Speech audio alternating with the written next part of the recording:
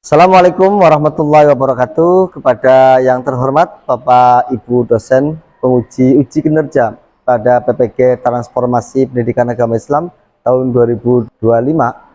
Perkenalkan, saya Jawawi SPD, mahasiswa PPG PAI tahap 3 tahun 2025 di LPTK Universitas Saifuddin Zuhri Purwokerto dengan NIM 2541104 081540. Pada hari ini, hari Jumat, tanggal 10 Oktober 2025, saya akan melaksanakan uji kinerja di kelas 11 dengan materi perawatan jenazah. Terima kasih dan selamat menyaksikan. Assalamualaikum warahmatullahi wabarakatuh. Assalamualaikum warahmatullahi wabarakatuh.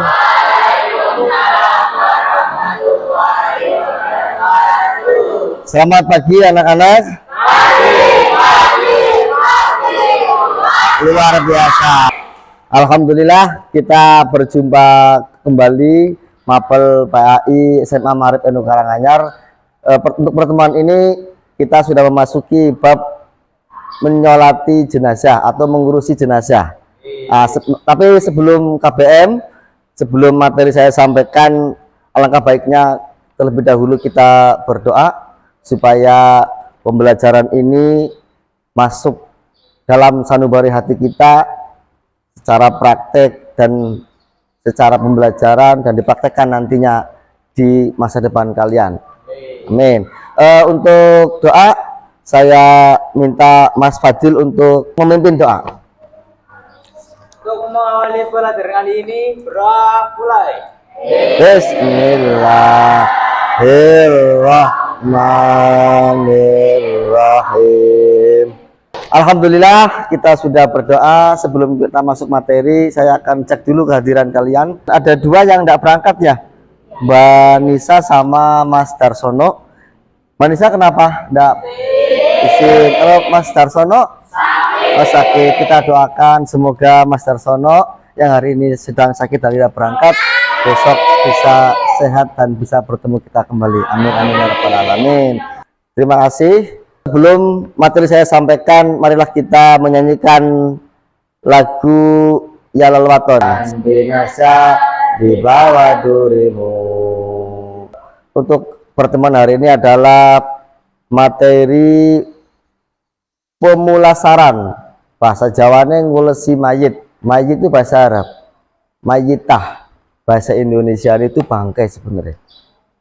Bahasa Indonesia itu bangkai. Meskipun kita tidak boleh mengucapkan di bahasa Indonesia kan, itu saru ketika kita layat atau apa namanya terus bangkainya belum datang, itu tidak boleh. Nah, maka ya, apa saja sih kewajiban kita untuk ngurusi mayit sebagai umat muslim? Bagaimana hukumnya ngurusi mayit atau mulasari mayit? Hukumnya adalah fardu kifayah. Apa itu fardu kifayah? Fardu kifayah itu di mana suatu desa atau suatu kaum yang ketika tidak ada yang melakukan maka semuanya dosa. Maka dari itu ketika ada yang meninggal dunia terus tidak ada yang mulayasari ngulesilah ya, maka semuanya berdosa satu desa. Tetapi kalau ada perwakilan 1, 2, 3 orang yang ngurusi, maka semuanya bebas dari dosa. Maka dari itu, supaya untuk materi ini bisa sampean pahami dan nanti tidak akan dipraktekkan di masyarakat atau di rumahnya masing-masing, nanti ada praktik. Apa sih kewajibannya? 1, memandikan mayit. Yang kedua, ngafani mayit. Yang ketiga, nyolati mayit. Yang keempat, menguburkan mayit. Saya akan membagi kelompok. Dari sini ya, untuk kelompok 1 saya harap ke sebelah kiri. Kelompok 2 sebelah sini. Kelompok 3 ya. Kelompok 4 ya, supaya kalian tidak lupa dengan kelompoknya masing-masing, maka ada yel-yel, sedikit yel-yel untuk menguatkan bahwa saya adalah kelompok mandi mayit. Ini Ngafani mayit, ngafani mayit, ngafani mayit. Ini lewat mayit, lewat mayit, lewat mayit. Begitu aja. Ini ngubur mayit, ngubur mayit, ngubur mayit. Begitu hafal? Hafal. Coba saya coba satu dulu supaya fokus. Jalan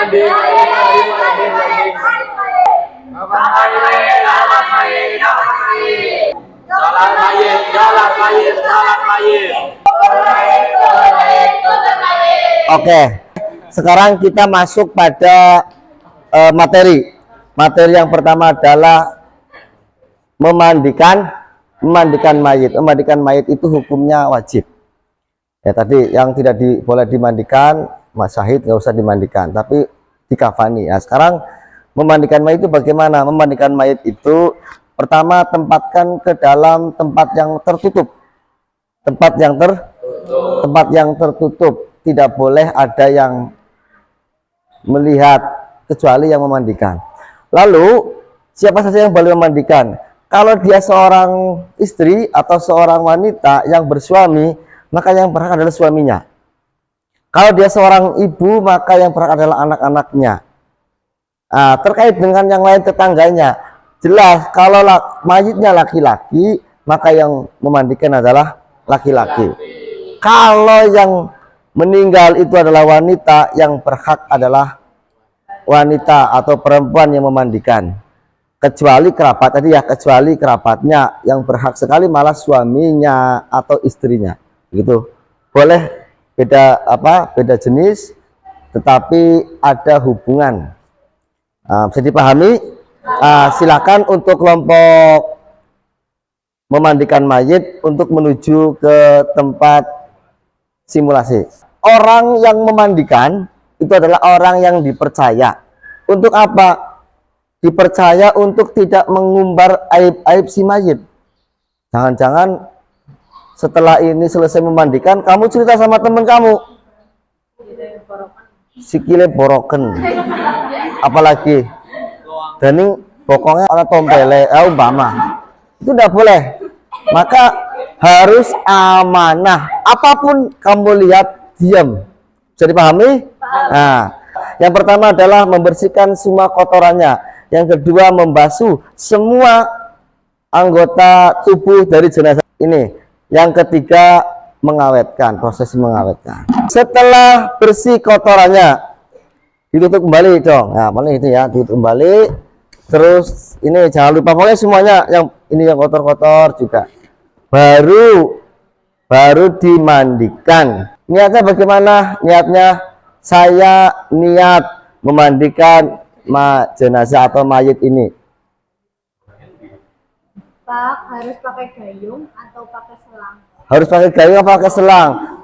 Boleh pakai selang, boleh pakai gayung. Intinya adalah meratakan seluruh tubuh. Ada yang perlu ditanyakan?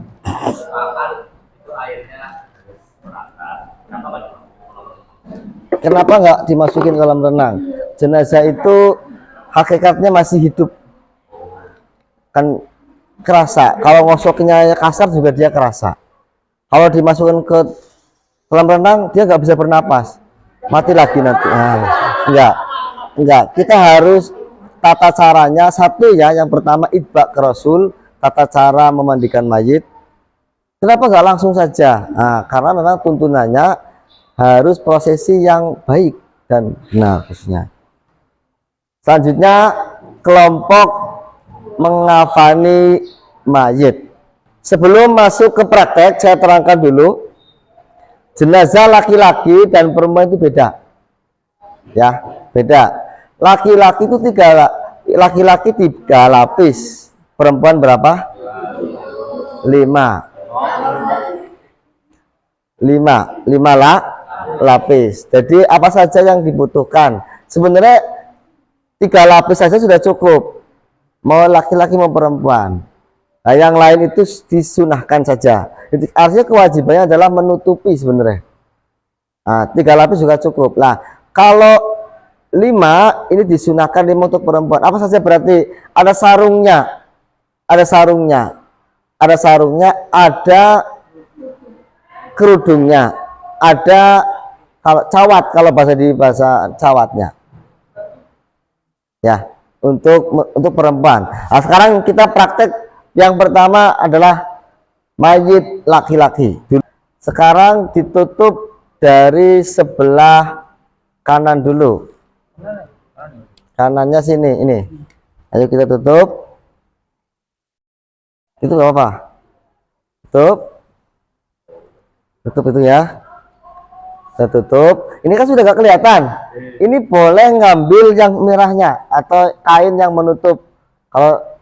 Kalau di umumnya kan tapih atau kain ya, kain jarit. Nah, jarit. Bisa diambil. Coba tarik. Nah, begini. Tapi yang hati-hati, jangan sampai melukai mayit.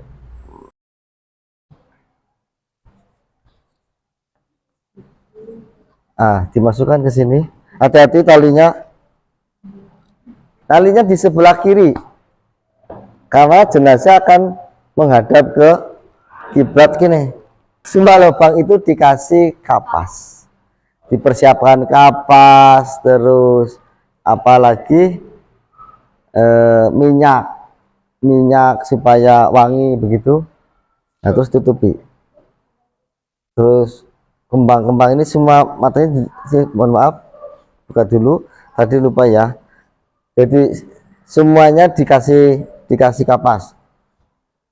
Ini dikasih, mulutnya juga dikasih ya.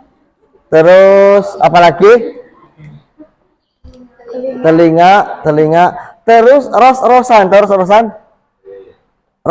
semua ros-rosan dikasih. Ini di dada juga di sini, ini juga ya dikasih ini. Sampai di sini, mohon maaf ya, untuk perempuan di sini juga dikasih. Nah, terus sela-sela jari pun dikasih. Nah, setelah semuanya sudah dikasih, dari dengkul ada dengkul, lutut juga dikasih. Lah ini terus ditali. Ini. Terima kasih dari kelompok Ngafal, beri tepuk tangan buat yang saya sudah paham. Sekarang kelompok nyolati mayit. Syarat jenazahnya akan disolatkan. Sama suci tadi ya, sudah disucikan, baik suci badan, tempat dan pakaian. Ini sudah disiapkan ya, sudah disucikan, pakaian sudah suci. Yang kedua, sudah dimandikan dan dikafani. Dan ini sudah dimandikan dan sudah dikafani tadi. Yang ketiga, jenazah sudah berada di depan orang menyatakan atau sebelah kiblat, berarti sebelah kiblat. Nanti kita praktek menyolati mayit. Pertama, ini niat. Yang kedua, takbir. Takbir yang pertama membaca Al-Fatihah. Takbir yang kedua membaca sholawat. Takbir yang ketiga berdoa Allahumma firlahu, memohon ampunan namanya, wa'afi wa'fu anhu. Yang keempat Allahumma la tahrimna ajrahu. Kalau perempuan, Allahumma la tahrimna ajroha. Jadi sama dengan Allahumma firlaha warhamha. Begitu ya. Niatnya adalah satu, bismillahirrahmanirrahim. Usolli ala hadzal mayyiti arba'at takbiratin fardhal kifayati makmuman atau imaman ya. Ini makmuman lillahi ta'ala, untuk jenazah laki-laki dewasa. Untuk jenazah perempuan yang dewasa di bawahnya usolli ala hadhil mayyitati arba'at takbiratin fardhal kifayati makmuman lillahi ta'ala. Ya, sebelum praktek sholat, bagaimana kalau yang nyolati cuman orang 4? Supaya kelihatan banyak, caranya begini. Mas Fadil imam, coba. Imam, Empat di mana? Makmum. Makmum. Sini. Makmum ketiga. Makmum ketiga. Makmum kedua jangan di sebelah sini. Supaya kelihatan banyak. Makmum ketiga tetap di sini. Di belakangnya. Makmum keempat juga di sini. Kalau yang nyolati sedikit. Kalau banyak tentunya seperti biasa. Paham maksudnya? Nah, ini pertama. Nah, sekarang untuk kelompok menyolati untuk menjadi imam di depan. Nah, sekarang praktek nyolati mayit. Yang praktek siapa? Semuanya. Sudah hafal semua? Sudah hafal semua? Sekarang duduk, ayo kita bareng-bareng. Jadi mulai. Allahu Akbar. Bismillahirrahmanirrahim. Alhamdulillahirabbil alamin. Arrahmanirrahim. Maliki yaumiddin. Iyyaka na'budu wa iyyaka nasta'in. Ihdinas siratal mustaqim. Siratal ladzina an'amta 'alaihim ghairil maghdubi 'alaihim waladdallin. Allahu akbar. Allahumma sholli ala sayyidina Muhammad wa ala ali sayyidina Muhammad. Allahu akbar. Allahumma ighfir lahu warhamhu wa'afini wa'fu anhu. Allahu akbar. Allahumma rahimna asrahu wa la tahrimna wa'dahu wa khirlina ba'dahu. Assalamualaikum warahmatullahi wabarakatuh. Assalamualaikum warahmatullahi wabarakatuh. Terima kasih.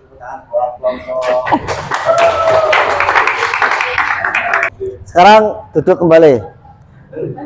Kita masuk ke materi pemakaman. Ya. Anjuran mengubur jenazah yang pertama, kalau sudah dimandikan, sudah dikafani, sudah disolati, maka secepatnya, jangan lama-lama menunggu ya. Secepatnya untuk dikubur. Maka anjurannya adalah dianjurkan jenazah segera dikuburkan. Kalau bisa menguburkan jenazah pada yang kedua, jenazah dikuburkan pada siang hari.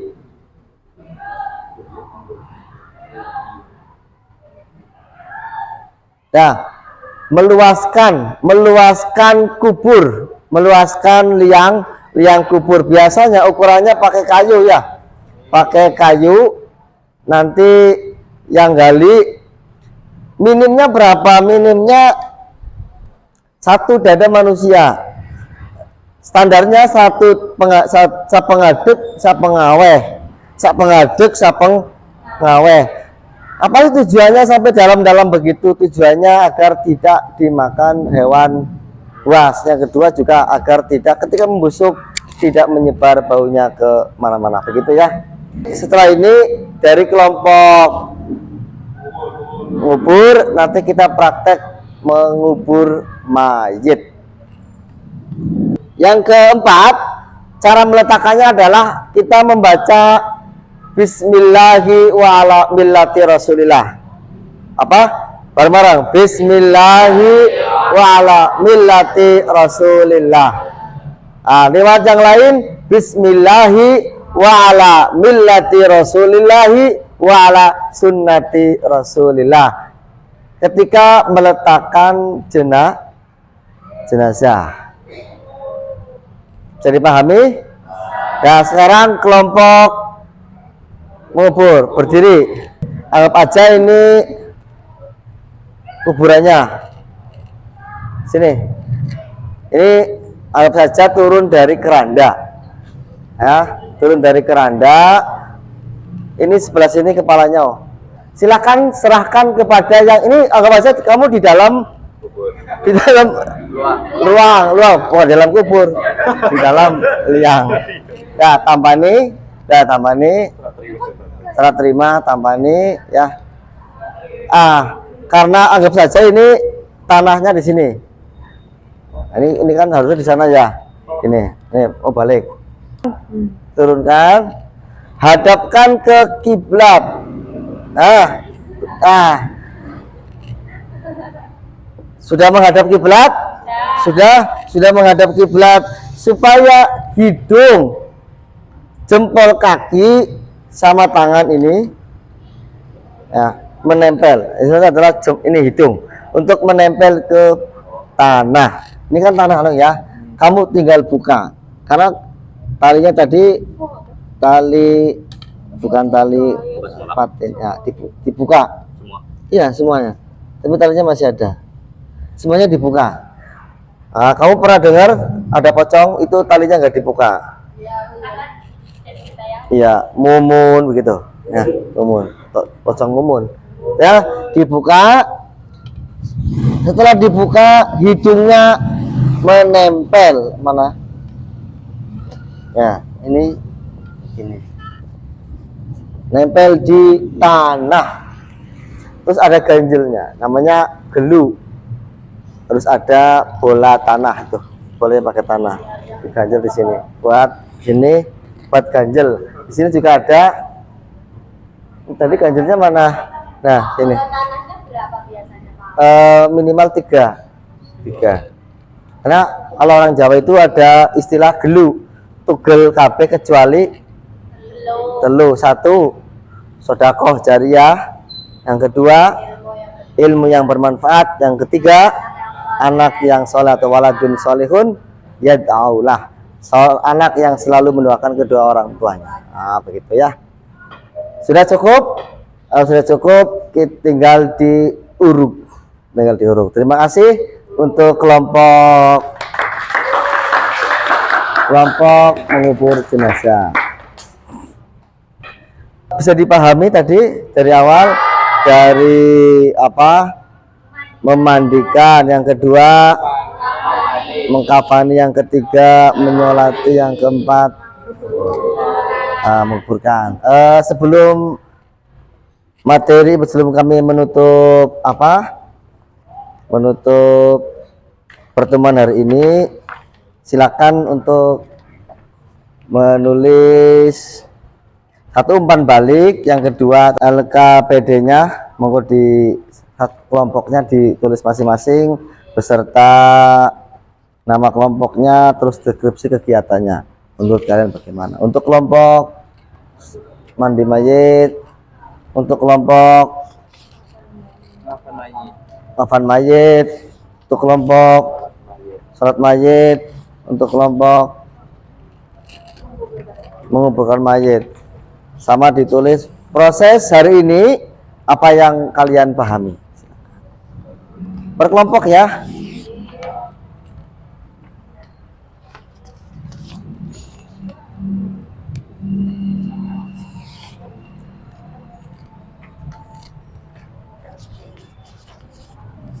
Saya beri waktu berapa menit?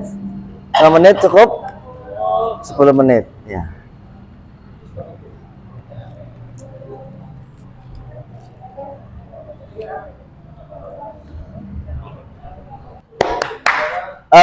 Anak-anak tadi sudah dipahami semuanya? Alhamdulillah dari awal sampai akhir untuk pertemuan ini akhirnya sudah selesai, dan nanti akan dikumpulkan dari LKPD-nya. Silakan hadap sini semuanya. Mari kita tutup pertemuan hari ini. Semoga bermanfaat fidini wa dunya wal akhirah dan dapat dipraktekkan di masyarakat kalian masing-masing. Dari kami guru PAI Pendidikan Agama Islam SMA Maarif Induk Karanganyar undur diri. Semoga sehat selalu, semangat selalu, dan selalu istiqomah untuk beribadah. Saya akhiri. Wallahu bi'taufiq wal afu minkum. Wassalamualaikum warahmatullahi wabarakatuh. Waalaikumsalam.